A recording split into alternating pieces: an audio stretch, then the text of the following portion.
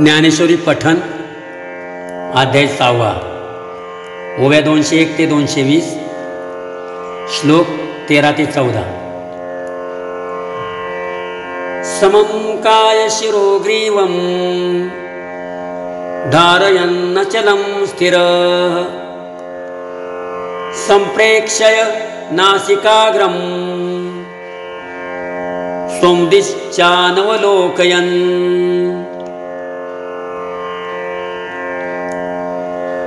तव कर संपुट आपैसे वामचरणी बैसे तव बाहुमुळी दिसे थोरीव आली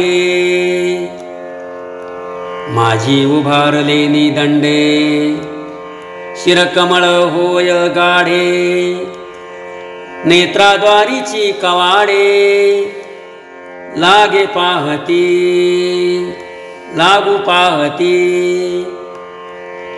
वरचिले पाती ढळती तळीची तळी पुंजाळती आधोन मिळित स्थिती उपजेतया दिठी राहुनी आतुलीकडे बाहेर पाऊल घाली कोडे ते ठाई ठाव पडे नासाग्र पिठी ऐसे आतुच्या आतुची रचे बाहेरी मागवते नवचे म्हणून राहणे आधी दिठीचे तेथेची होय आता दिशांची भेटी घ्यावी कारूपाची वास पहावी हे चाडसरे आगवी अपैसाया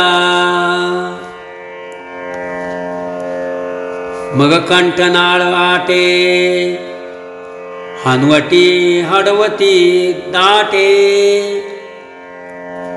ते गाढी होऊन नेहटे वक्षस्थळी माझी घटिका लोपे वरी बंधू जो आरोपे तो जालंदरू म्हणिपे पंडू कुमरा नाभीवरी पोखे उदर हे थोके अंतरी फाके हृदय कोशो स्वादिष्ठानावरचिले कांठी नाभिस्थाना तळवटी बंधू पडे किरीटी ओढिली आणा तो प्रशांतात्मा विगत बिर्भ्र मचारी वरते स्थित मनसंयम्य मश्चित्तो युक्त आसित मत्पर ऐसी शरीरा बाहेरीकडे अभ्यासाची साखर पडे तव आतुत्राय मोडे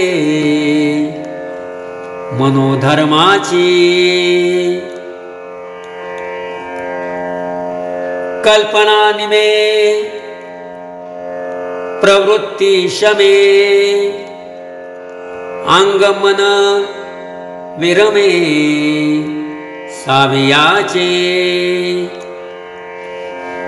क्षुधा काय दाहली निद्रा केवती गेली हे आठवण ही हरपली नदीसे वेगा जो मूळ बंधेत लोपला, आपानु मागवता मुरडला, तो सवेची वरी साकडला, धरी फुगो. शोभलेपणे माझे, वायला ठायई गाजे, मणिपुरेसी चुंजे राहुनिया. मग थावलिये वाहटुळी, सैंग घेऊनी घर डहुळी, बाळपणींची कुहटुळी बाहेर घाली. भितरी वळी न धरे, कोठ्या माझी न संचरे, कप पित्ताचे थारे उरोनेदी. धातूंचे समुद्र उलंडे, मेदाचे पर्वत फोडी, आतली मज्जा काढी अस्थिगत. नाडी ते सोडवी, गात्रा ते विघडवी, साधका ते भेडसावी, परिबिहावे ना.